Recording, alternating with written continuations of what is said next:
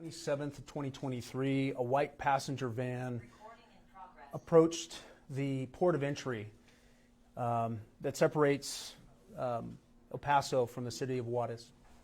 And the individuals who were driving that van were stopped by Mexico border inspection officials who became concerned that something wasn't right.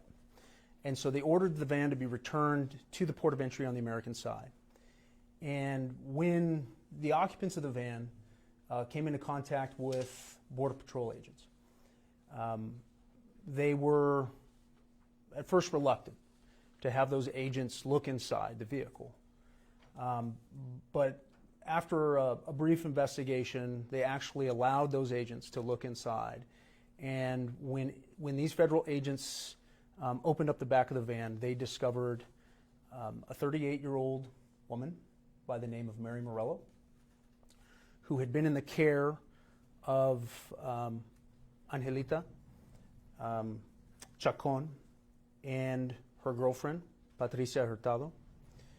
And what those two individuals explained to the Border Patrol agents was that they were taking Mary Morello into Mexico to receive care and treatment for wounds and injuries that she had suffered.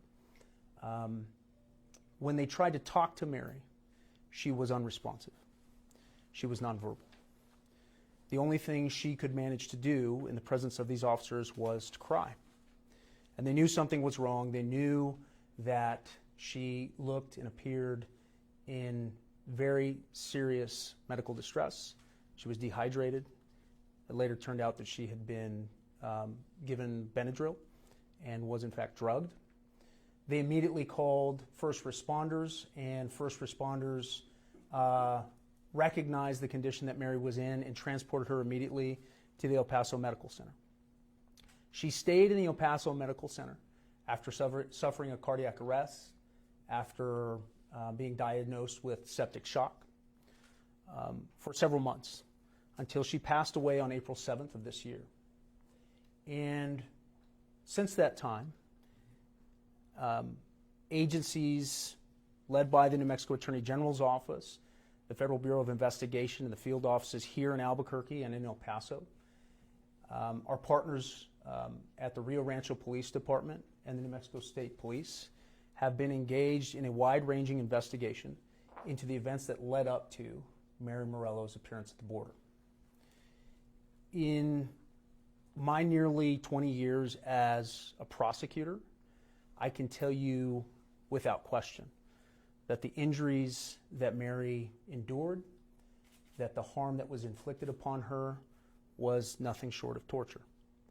She had multiple bed sores and pressure wounds that were so severe there was even exposed bone. There were marks and abrasions and ligature marks that indicated that she had in fact been restrained at some point. And when investigators started to dig deeper into this story, what they discovered was that Mary had been in the care of Angelita Chacon at a residence in Rio Rancho, and Ms. Chacon was being paid nearly $5,000 a month by the state of New Mexico through the DD waiver program to care for her in a private residential setting. Now, for those of you who are not familiar with the DD waiver program, it's actually a program that allows for adults and children with disabilities to be cared for in the community rather than in institutions. And when it is well executed, it is something that provides for people with disabilities to be better integrated into our communities and cared for by loved ones and trained professionals. But I think Mary's case highlights the need not only for law enforcement engagement and oversight to make sure that crimes and criminal conduct, which we'll outline shortly, are immediately addressed, investigated, and prosecuted, but that we take a step back and look at some of the, I think, structural needs for reform inside the DD waiver program. At this time, There are 3 defendants arrested and taken into custody yesterday. Angelita Chacon is charged with abuse of a resident resulting in death, false imprisonment, conspiracy to commit false imprisonment, and failure to report abuse and neglect.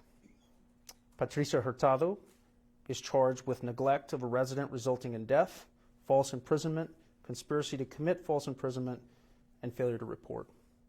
And Luz Scott is charged with false imprisonment, conspiracy to commit false imprisonment.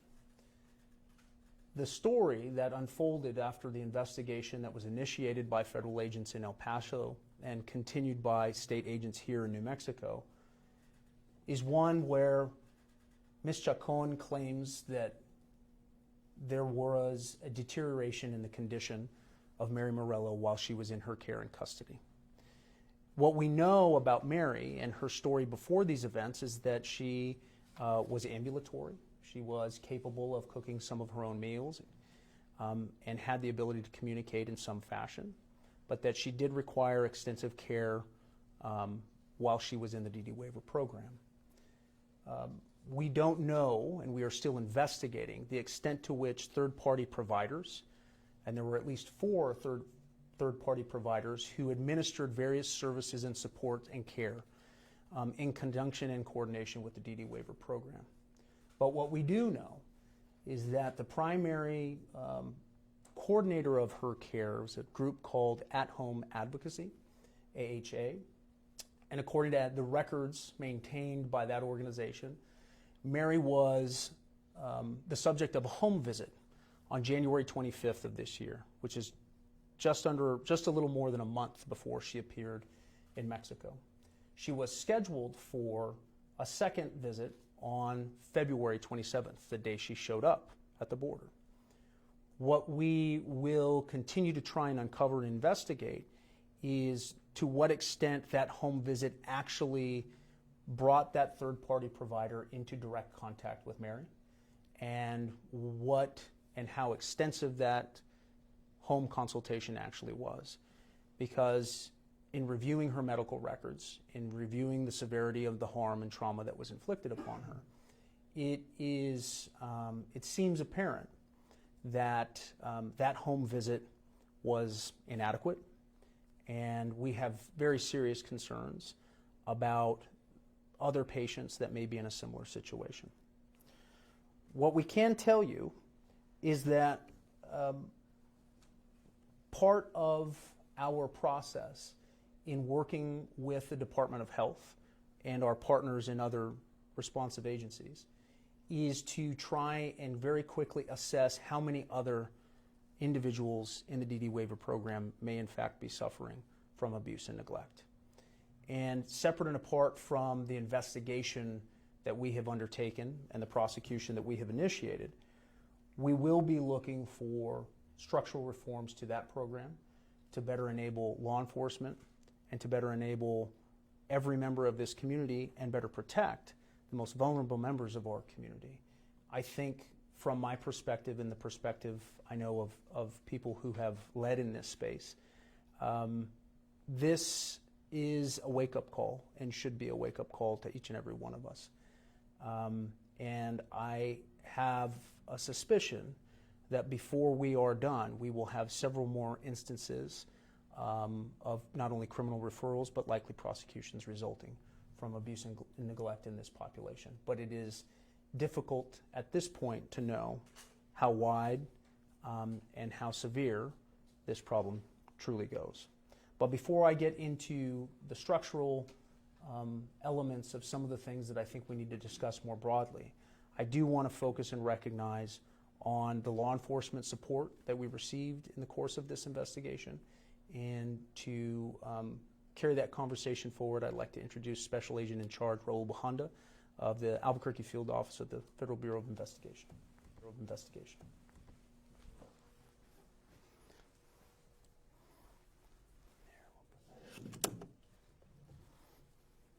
So, wake-up call.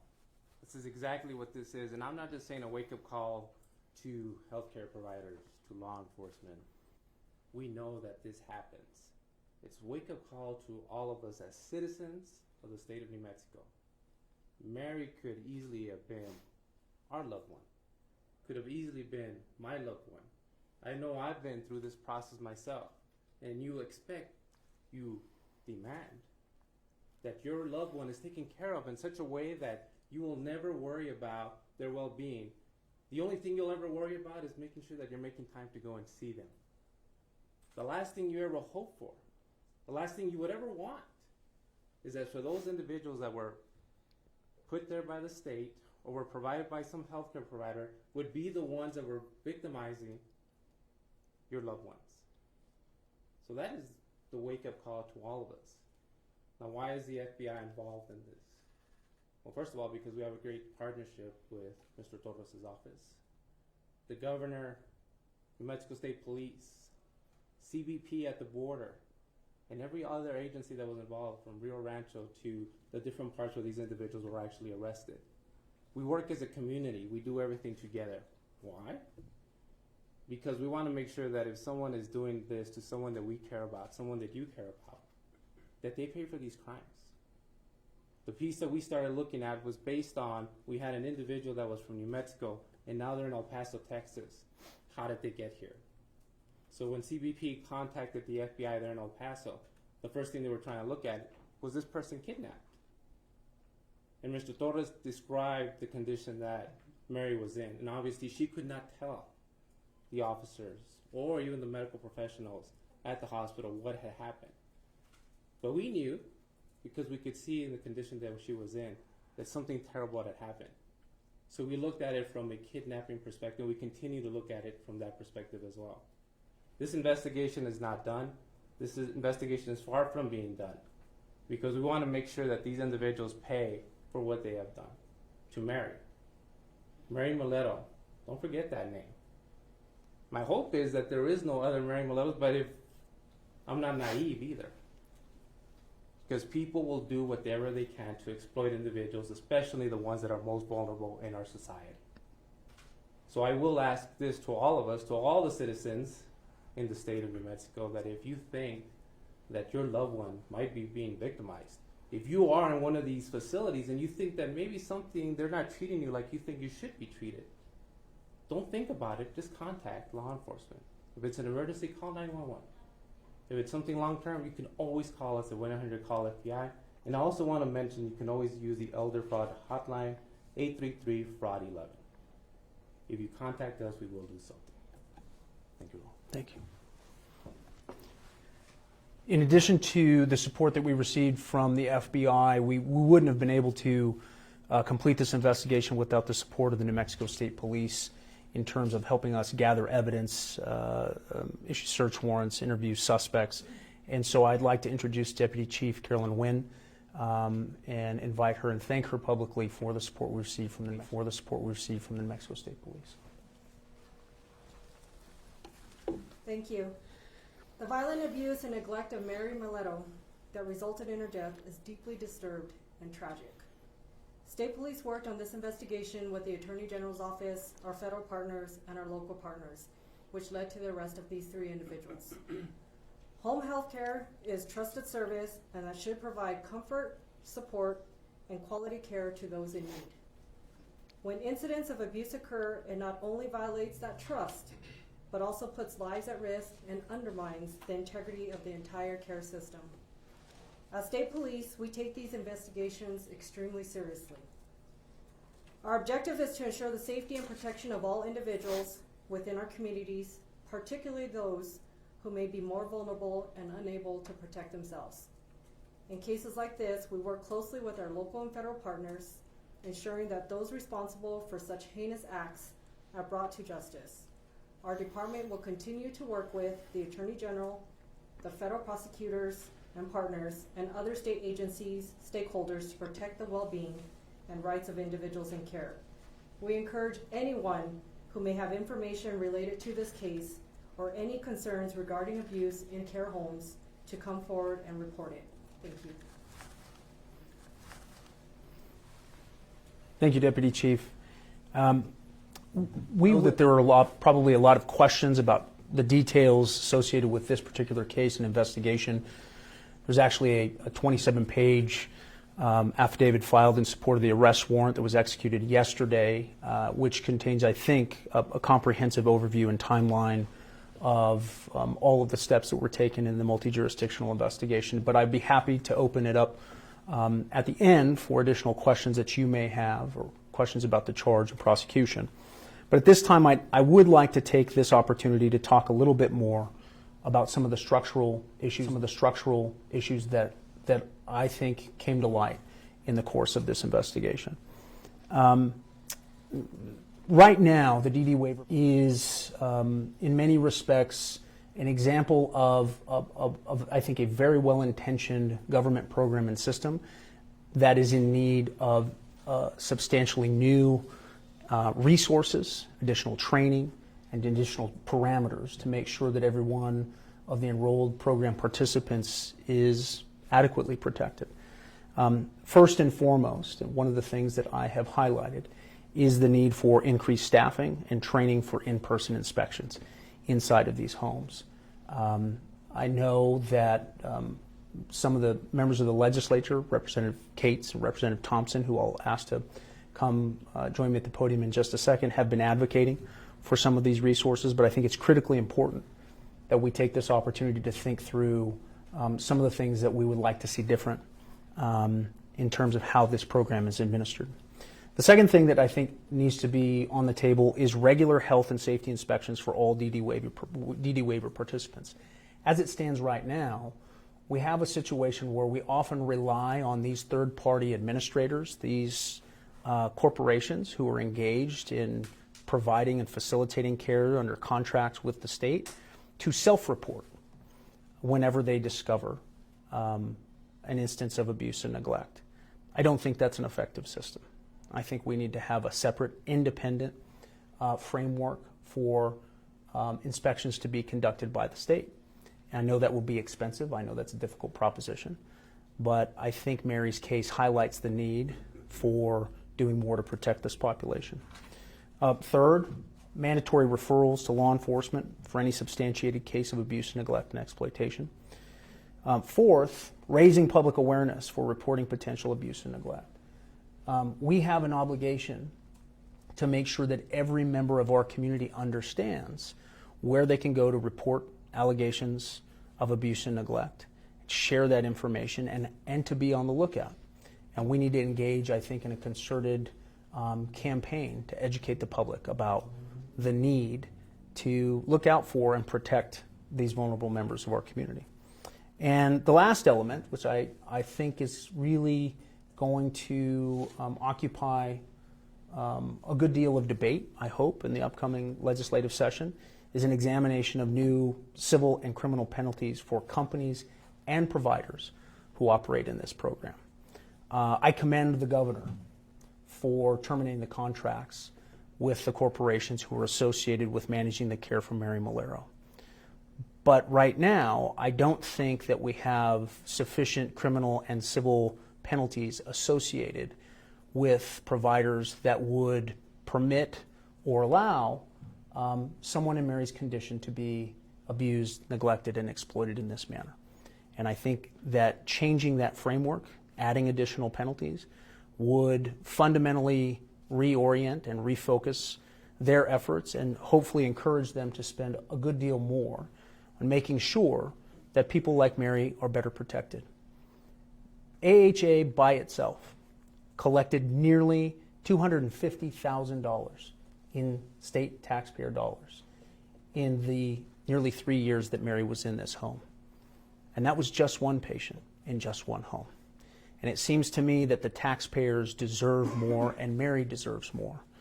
If these companies stand to benefit that much from government-supported programs like this, there should be a baseline expectation that they are held responsible and held accountable for what happens to patients in their care. I know that Representative Cates and Representative Thompson share my concern in this regard. They are much more knowledgeable than I am, having worked in this space for a good deal of time, and I know that they've been advocating to provide additional resources for members of this community for many, many years. And so with that, I'd invite them both to step forward and talk a little bit more, not only about this case, but about the need for systemic reform. Thank you. Yeah. Thank you. Excuse me. Being state representatives speak for the voiceless.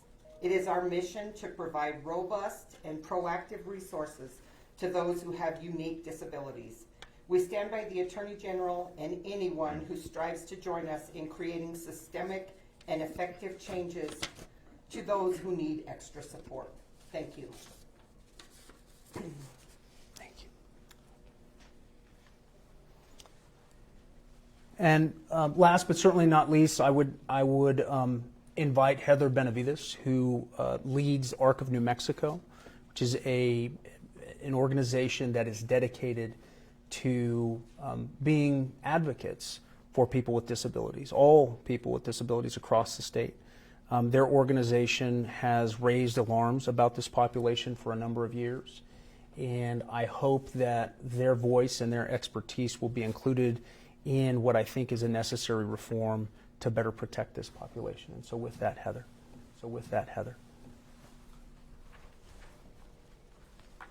Good afternoon. Heartbroken for the reason, but thank you nonetheless. I'm Heather Benavides, and I'm the CEO of the ARC of New Mexico, and I'm joined here today by my colleagues Jacqueline Mader, she's our Director of Guardianship, and Deneen Seelbach, she's our Representative Payee Manager. We were heartbroken to learn of the abuse and neglect of this protected individual. Their care, well-being, and dignity is the very reason our organization exists. And while the ARC is not involved with the investigation, we're grateful to Attorney General Torrez and his team for holding these offenders accountable. And we look forward to working together to put safeguards in place to ensure that this tragedy never happens again. Thank you. And with that, I would take any questions that you may have about the status of the investigation or any of the proposed reforms that we've outlined today. In the affidavit, it kind of hints at possible that she was possibly sexually assaulted or raped. Do we believe that she was? So right now, we're still reviewing the investigative materials associated with that. I know it was included in the affidavit. So we haven't made a determination yet about whether or not that's an offense that we can identify as or confirm as a sexual assault, or if we will be able to prosecute an identified perpetrator. It is, I will say that because Mary has passed and because of the condition that she was in, it would be extremely difficult to prove a case of that nature, even if we were able to substantiate the allegation that was contained in the affidavit. But we felt it necessary to include, to provide a full context for the magistrate who had to review the application. I know that Chacon was also the caregiver for her son, who is also developmentally disabled. Yes. Were there any abuses identified with him, and has he been transferred to another person's care? Part of the plan that was put in place by this office in coordination with local law enforcement was to notify the Department of Health to make sure that there was a smooth transition of his care. And so once the apprehension had been made at the home, he was transferred into a qualified caregiver under the direction of the Department of Health. I don't have any information as to whether or not there's any evidence that he suffered from abuse and neglect. Certainly nothing of the extent that we saw with Mary. Agent Muhammad mentioned that when Mary was found at the border that you all knew that something terrible had happened. Why wasn't an arrest made then or sooner? Before today? Before yesterday? Right. So part of it is because you always wonder what is the situation, and when you have those individuals that were present, these three individuals that were there with her in the van, they were saying conflicting things, right? They were trying to say we went there for this reason or that reason. So it's still part of the ongoing investigation, but at that point there wasn't enough to say how did these injuries actually happen. The investigation itself is what revealed how it is that they came to be. When it comes to some of these suggestions that you want to talk about when it comes to reform and the development disabilities waiver program, have you been in contact with the Department of Health, and have they said anything about what they plan on doing? So we have had, I've reached out to the governor's office. We've also reached out to the Department of Health and had extensive conversation with them. They've been very cooperative and supportive of the investigation. We haven't gotten into the details of the reform proposals that we've set forth. But what I can tell you is that the folks at the Department of Health, I think, have a genuine concern for the people in this program. They simply don't have the manpower to conduct the kind of regular, routine, and detailed inspections that I think are necessary. And, you know, at the bottom line, and I think that's why it's so important to have members of the legislature here, that comes down to money. It comes down to an investment.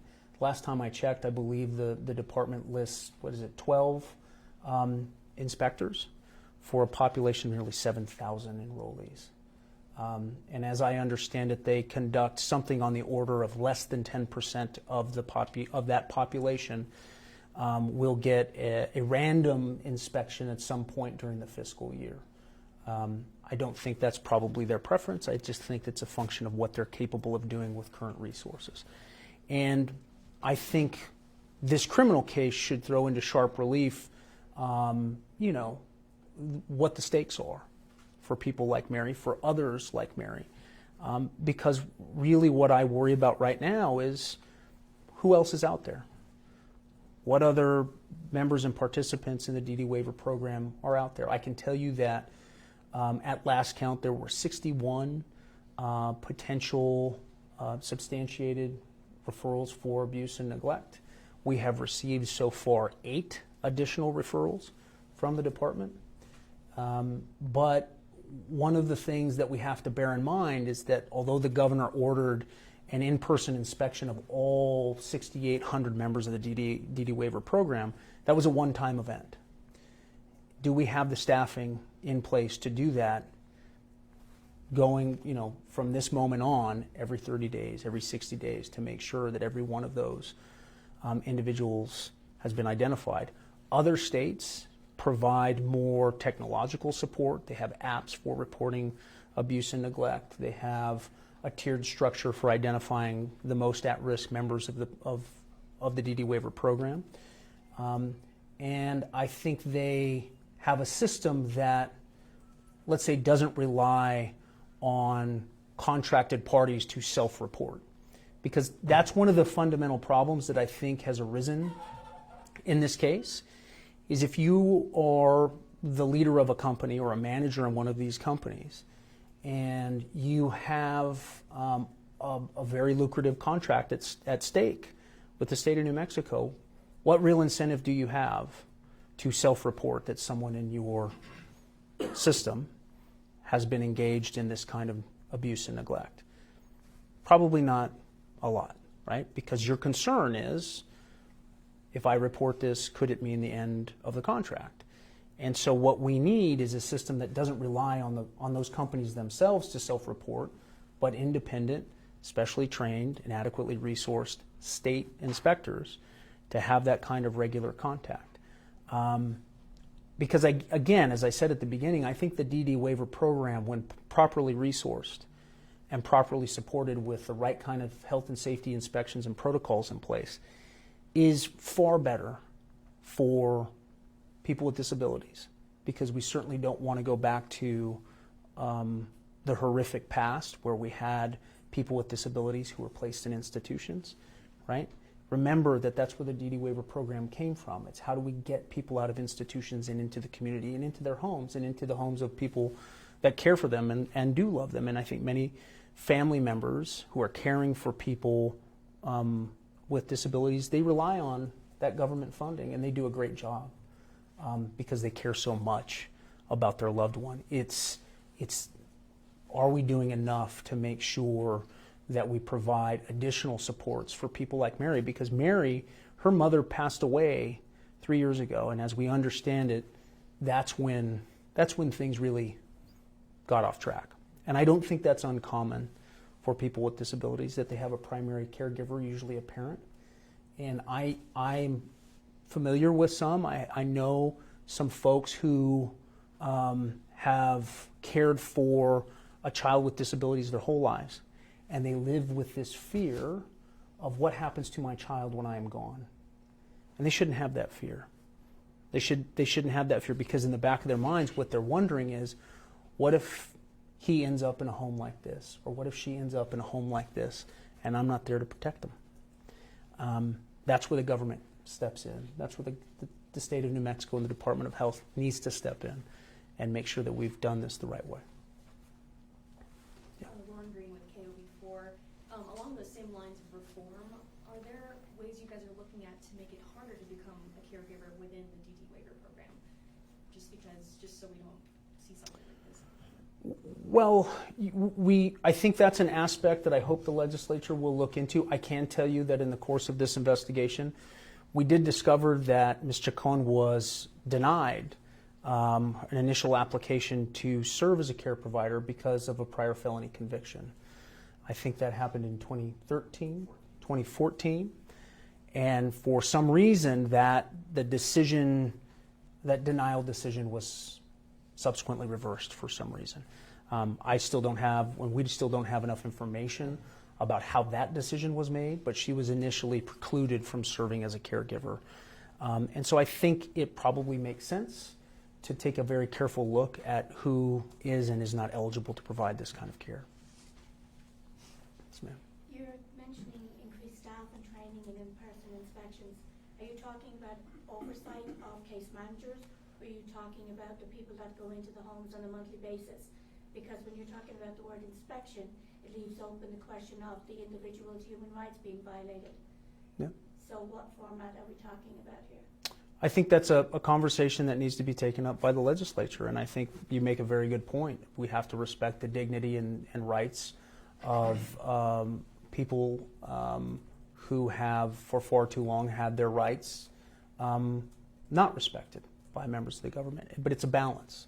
We have to find the right balance between respecting people's individual rights and their personal dignity and also making sure that they're safe. And so it'll probably involve some combination of the two. What I can tell you definitively is I don't think 12 auditors at the Department of Health is adequate to properly safeguard the safety and security of nearly 7,000 people in the program. Now, to what extent they are allowed to have contact and in what format, I think that's something that should be determined by professionals in this space who have understood and worked in this space for a very long time, and I wouldn't presume to do that. But what I can tell you is 12 is not enough to protect 7,000 people. TJ. I'm TJ Wilhelm from KOAT, at least for today. Just want to double check something. 61 referrals you mentioned, and then 8 additional. What was the time period on that? Sean, do you have information about that? So the 61 substantiated cases stem from the 6,800 in-person visits that were done by representatives from DOH, HSD, Aging and Long-Term Services between March 20th and April 21st when they actually finished. There's a process by which DOH, Incident Management Bureau, will review those cases, determine if they are in fact substantiated, and that is when the decision is made whether or not they'll refer those to the Attorney General's office. That was the 8 that the Attorney General was talking about. Those are the ones we have so far, of the 61. So the 8 is into the 61, is that correct? Mm-hmm. Okay, so 61 total. All right, and why do we know why you guys started doing that back in March and 20th? Was that after the Governor's News Conference, is that right? Yeah, the in-person wellness visits were in response to the Governor's press conference and mandate that those 3 departments of state government undertake those visits. Okay. And my last question, sorry, I owe you one. You said that she was then, so she was denied because of the felony conviction, right? And then she was able to get the DUD waiver program. When was she accepted, do we know? So the actual felony conviction was back in 1999, I believe. Okay. She applied to be a caregiver through the DUD waiver program in 2014. She was initially denied. She took advantage of their appellate process. She appealed, and the Department of Health overturned that and allowed her to be a caregiver. That's what we know at this point. Okay. And is it the Department of Health or HSD that oversees DD waiver? The Department of Health oversees the program, although the caregivers are funded through the Medicaid program, which is administered by HSD. Okay, that explains it. The 61, so the 8 are substantiated? So we have received 8 referrals, 8 additional referrals on top of the case that we've just described here. But there are a total of 61 that are believed to be substantiated cases of abuse and neglect.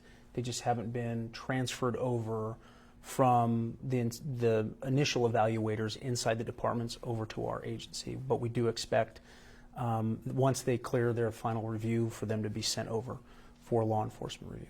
Do we know how many of those, are any of those associated with at-home advocacy? I don't have that information, but what I would tell you also is that because those are active investigations, we probably won't be able to get into the details of at least those 8 and any of the others until we get to a resolution. And were any of those resulting in death? No, not as far as I'm aware, but we still need to dig into that information. And do we have a cause of death for Mary? Official cause of death? At this point, it's my understanding the Office of the Medical Investigator in El Paso has not issued a formal finding as to the cause of death.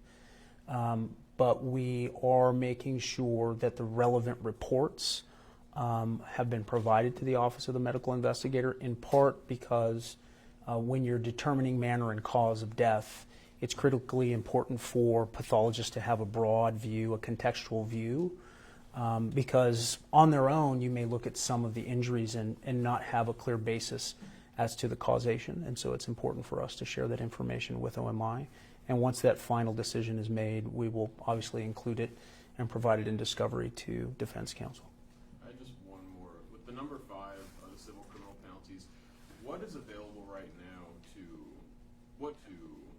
what penalties could these companies possibly face in Mary's case right now? What's available to the Attorney General's So office? based on my understanding that there is a contract that they could be subject to penalties, but that is built into the contract that they sign with the agencies. It's not in statute. So there isn't, unlike other civil penalties that are clearly spelled out in statute and which we are empowered to enforce, that say, for example, this violation of the Unfair Trade Practices Act is subject to $5,000 or some other act subject to $10,000.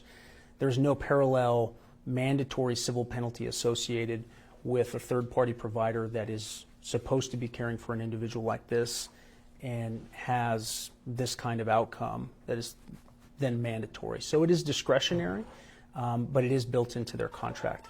I don't think that's adequate, and I would like the legislature to look carefully at whether or not formalizing civil penalties in code is a better way to frame what the responsibilities are for these companies. Like fraud and stuff like that, kind of like those kind of penalties, like collecting money without services. Right. There are a number of civil penalties associated with violations of New Mexico statute, which when they are determined to be, after due process, determined to be in violation of whatever obligation they were supposed to meet, or failing to provide information, whatever the code may be, they're then subject to some defined penalty, and it's usually based on how many instances that violation has occurred, right? So the Unfair Trade Practices Act, it's $5,000 every time the company engages in a particular practice. The same kind of scheme could apply in this framework, so that if we have somebody like AHA that maybe has multiple clients in the system and we find multiple violations, they would be subject to multiple civil penalties. Are you going to differentiate with these penalties for companies and providers? Because you've got a different thing. You've got the providers who provide the care, and then you've got case management agencies who are case managers and oversee and do the monthly. Try and put that all into one, or are you going to differentiate because they're totally different things? Yeah, again, this is going to be this is a broad overview of some of the things that need to be examined, but that's why we have legislative committees to dig into the details to figure out whether a particular person in this space should even be subject to penalties. Should they be the same penalties? What kind of conduct would trigger a violation and necessitate the payment of a civil penalty? And so that's for the legislature to put together and try to decide. My sense, though, is that it is inadequate to have the potential for a penalty to be built into a contract. It should be clearly spelled out in a statute. Now, whether there are different levels of penalties, that's clearly something that I think the legislature will take up, and I hope they do in the next legislative session. So at-home advocacy, were they a provider agency or a case management agency? It's my understanding it was a case management. Provider agency who provided assistance with the activities of daily living. Ms. Malero also had a case management company as well that was involved in the full spectrum of her care. There were four their contracts canceled by the Department of Health as a result of this case. One last question, at least for me. How many more convicted felons are taking care of these people? And if I assume we don't know, but if there's a way, can I find a list of people who do take care of these people so we can find out how many more convicted felons there are doing this? TJ, unfortunately at this point I have no way of knowing how many people who might have been disqualified for any number of reasons appealed that disqualification and were subsequently reinstated by the department, but certainly something that I know policymakers will be interested in looking at. We'll take two more questions, one here and then one on the Zoom. Okay. Yes, I just want to clarify a couple things. Was the caregiver Chacon a family relative of the victim, and was the victim living there with the caregiver's residence? To the first question, it's my understanding that they were not relatives, that Ms. Chacon was not related to Mary, but she was being cared for in Ms. Chacon's home, along with Ms. Chacon's son, who also has disabilities. And so that was, they were both receiving care at the same time in the same residence.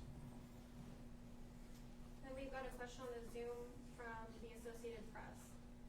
Thank you, Mr. Attorney General and Ms. Rodriguez, for making this available. Can you hear me? Yes. Thanks. I'm Ken Ritter with the Associated Press. Perhaps the question was asked and answered previously and I missed it from afar. Do you have an idea how long the abuse in this case went on? And since I have one question, I'm going to tag it with this. Yeah. Perhaps we could assume it began at the time that Chacon and Hurtado took care of Miss Mary, in which case you could tell us when that happened. And finally, how much were they paid through Medicare? Thank you. Okay. So I don't think we have a definitive timeline. One of the things in terms of when the abuse and neglect started, how it started, and at what point it escalated.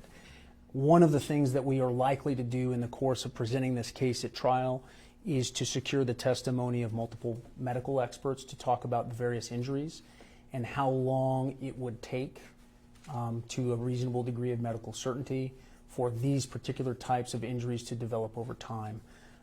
What I can tell you is that based on some of the statements that we received, there within, I think, the month before she was taken to Mexico, she was actually spent several days in a bathtub in her own feces and urine for days at a time.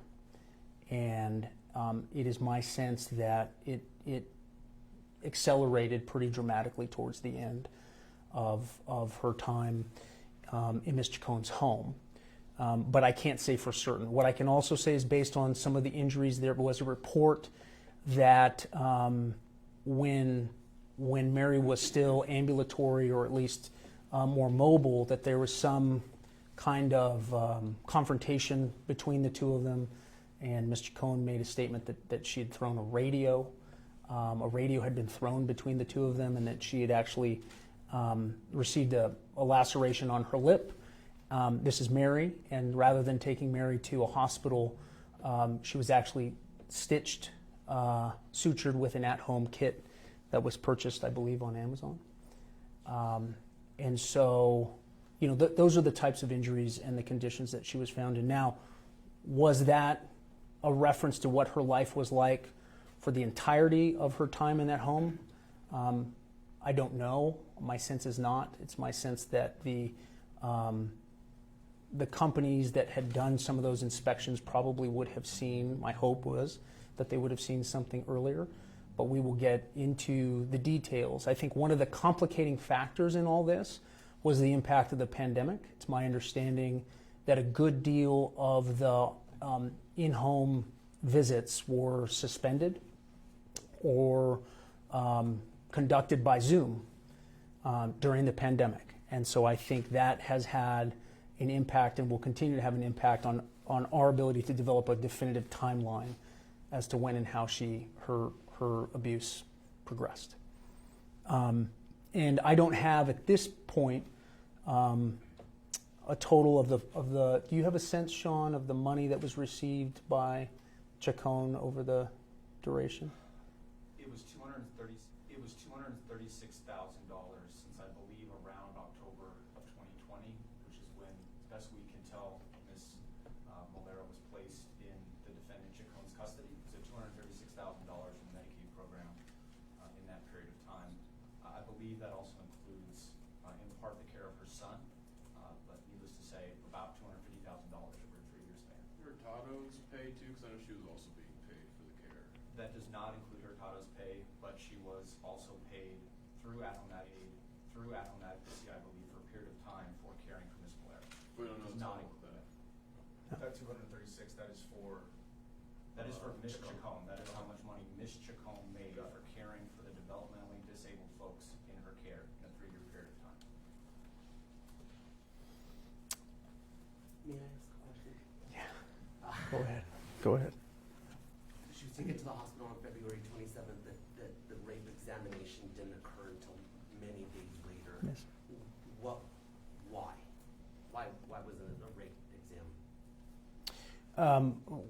What I can tell you is that our office wasn't the lead investigative agency at that time. My sense is that it was in response to the medical professionals in the El Paso Medical Center. And the need to probably try and stabilize her. I would think that when she was first admitted, she was intubated, she suffered a cardiac arrest, and so there was probably some delay in conducting the kind of inspection that they needed to maybe identify some of those injuries. My assumption is, and it's an assumption, is that once she was stabilized, they were able to do a more comprehensive inspection and maybe noticed what looked like injuries that were consistent with sexual assault. But again, that's speculation on my part, but we can certainly endeavor to try and find out that information. Yes, ma'am. Who was involved in making the decision to turn off her life support machine? I don't know the answer to that, ma'am.